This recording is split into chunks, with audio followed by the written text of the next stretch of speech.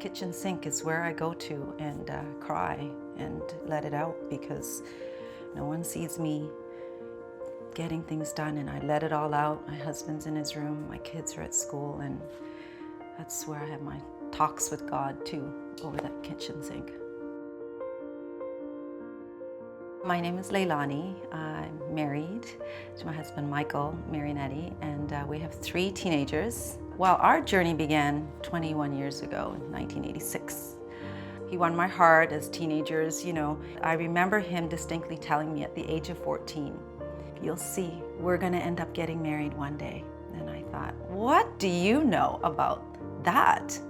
So 13 years later, after we got engaged, he was not feeling very well. He was, playing soccer, and he was tripping over his own feet. He became blind in one eye, so that was a red flag for something neurological. So we ended up going to his family doctor, and that day had changed the rest of our lives. "What's going on?" And he looks up at Mike, he said, "We got the test back." "I'm so sorry, Michael. You have MS." I felt the world slip from under my feet. Michael and I looked at each other and said, "Okay, this is it. We sink or swim." Here we were, a couple, just about to venture a new life ahead of us, so much to look forward to, and we didn't know anything about multiple sclerosis. So through the years, people ask, "Did you know this before you got married?" And a lot of times I said, "Of course, I knew." And I said, "And you still got married?"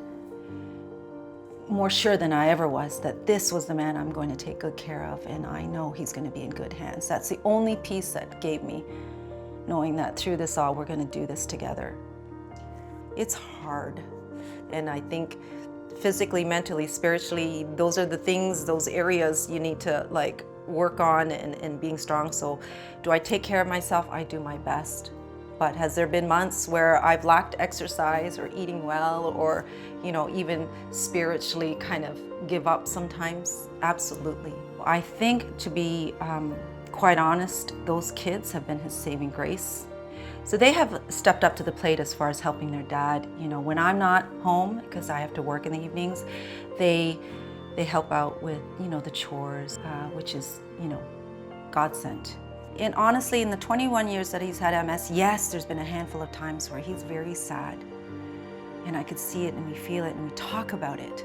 But yet, we don't live there once we talk about things. We kind of redirect our thoughts to what we are grateful for. He has been my rock. It's odd, right?